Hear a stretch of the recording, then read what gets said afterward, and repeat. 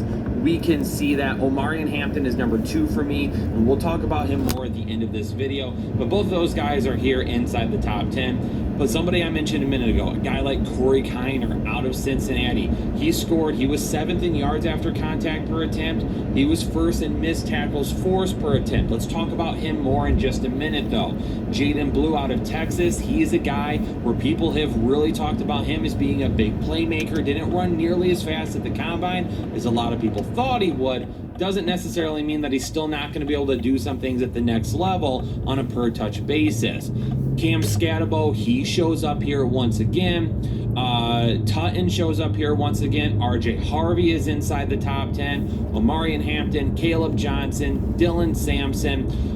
Again, a lot of these guys that we've talked about already continue to be at the very top of all of these statistics. Now, it is interesting for a guy like Jaden Blue out of Texas because he was 10th in yards after contact per attempt, but he was 3rd in missed tackles forced per attempt. So you got to think with a guy like Jaden Blue, because he's not higher in yards after contact per attempt, you got to think that maybe he wasn't getting hit at the line of scrimmage as often. Those missed tackles that he was forcing were more in the open field, and even though he was making people miss, he may have been getting taken down pretty quickly after that. Whereas, like, if he's getting hit at the line of scrimmage and then picking up maybe 10 or more yards after that, then he would be a little bit higher in yards after contact per attempt. So that might be why we have a discrepancy there with Jaden Blue. All right, one name that I did mention a minute ago that didn't look great in yards after contact per attempt and even missed tackles forced per attempt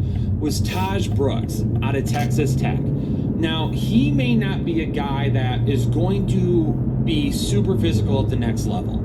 This might be a guy that is going to have some explosive playmaking ability, though, because he's number 1 in explosive runs per attempt. Now, an explosive run is a run of 10 or more yards. And this statistic, you know, I have to go in and I have to basically hand figure out this statistic because nobody gives it to you. I've got to go in and find runs of 10 plus yards. Nobody really breaks down how many explosive runs are they having per attempt. And the reason I wanted to go per attempt is, again, we've already got attempts, rushing yards, and rushing touchdowns.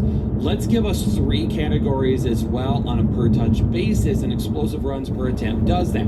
Taj Brooks at .41 was far and beyond anybody else. TreVeyon Henderson was number 2, averaging .24 explosive runs per attempt, which is significantly below the .41 that Taj Brooks had. Now, with Taj Brooks, his name is going to come up as one of the elite scorers in this category, and we'll mention him at the end, and we'll talk a little bit more in depth about him. But you gotta wonder if he can translate to the NFL level with that explosiveness, or if his lack of physicality will end up bringing him down. A guy like RJ Harvey, I mean, mentioned him over and over again. His name is going to come up here in a few minutes. TreVeyon Henderson, you know, in yards after contact per attempt, he was 5th. In explosive runs per attempt, he ranks number 2. But then, other than that, he was 30th in attempts, 26th in rushing yards. So even then, like, the split between attempts and rushing yards isn't all that great. Touchdowns, he was 24th.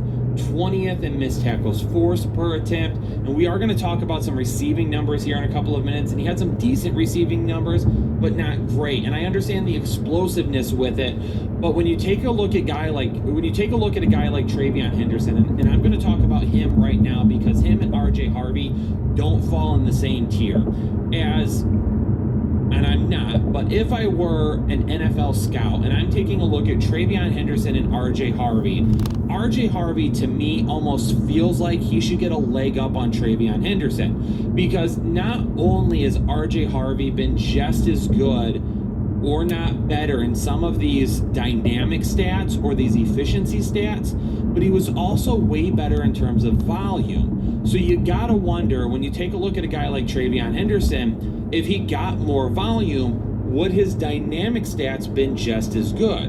Where when you take a look at a guy like RJ Harvey, his dynamic stats were just as good with more volume. And that's one of those things as an NFL draft scout you really got to think about, because we've seen a guy do it with more and more and more, and maybe the athletic profile isn't as sexy or as appealing as TreVeyon Henderson, and he didn't play in an OSU offense, but if he did, would he have been just as good, if not better?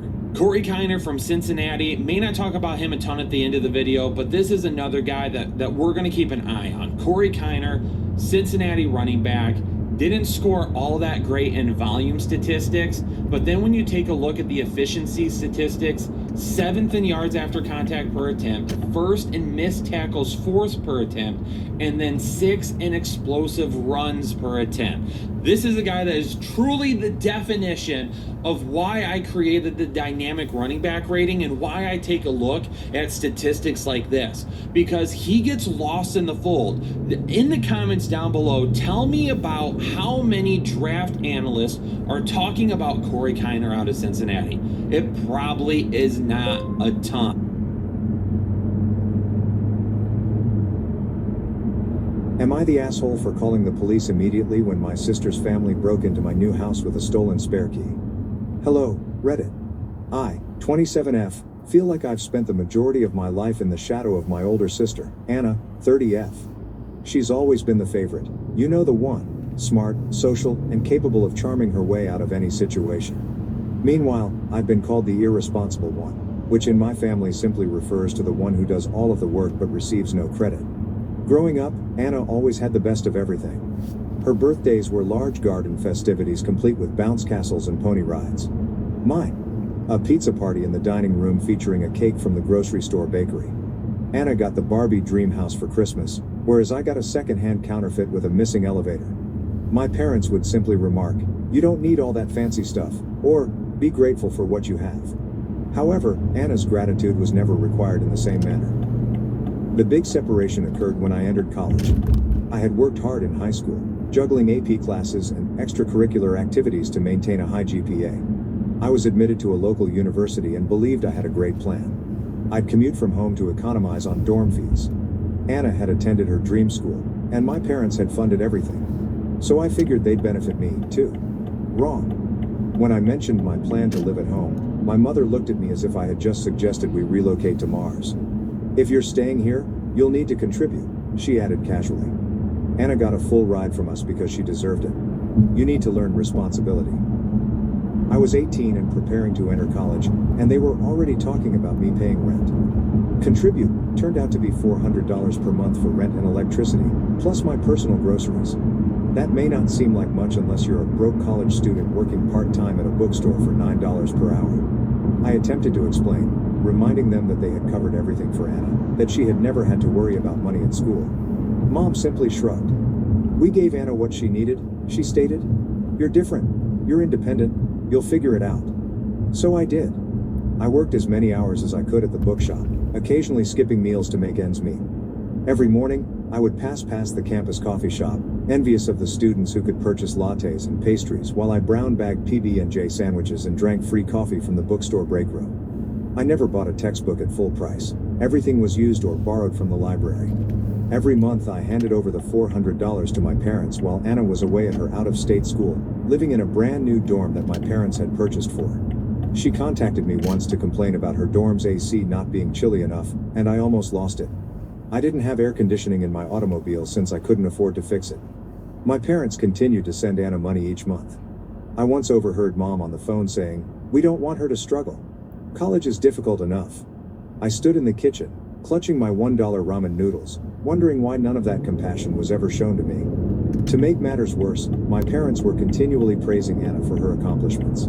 She earned a 3.2 GPA in her communications department, and they threw her a lavish graduation party complete with a catered buffet and a DJ.